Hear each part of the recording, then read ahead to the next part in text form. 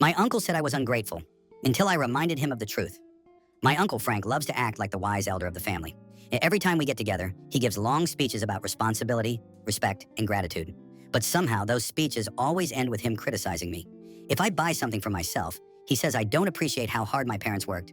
If I talk about my career, he says I should be more humble.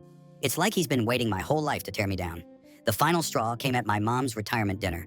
Everyone was sharing stories and thanking her for everything she had done. Then Frank stood up, raised his glass, and said, "My sister sacrificed everything for her kids."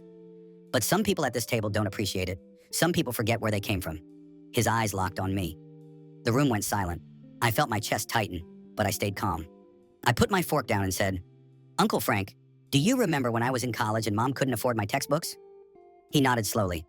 "And do you remember who worked 30 hours a week on top of classes just so I could pay my own way without adding to her burden?" He frowned. I leaned forward. "Do you remember when Mom had her surgery and I took 2 months off work to stay at the hospital every single day so she was never alone? Do you remember who drove her to every appointment, picked up every prescription, and cooked every meal until she recovered?" The silence at the table grew heavy. My cousins glanced at each other. I kept going. "I've spent years making sure Mom had the life she deserves. And you call me ungrateful? You live across town and visit twice a year, but I'm the one who doesn't appreciate her?" Frank's face turned red. My mom's eyes filled with tears. She reached across the table and grabbed my hand. "You don't have to prove anything," she whispered. But I wasn't done. "The truth is, Uncle Frank, I haven't forgotten where I came from. I remember every sacrifice Mom made, because I've been here paying it back every single day. So if you're looking for someone ungrateful, maybe you should check the mirror." The room went quiet. Frank sat back in his chair, speechless.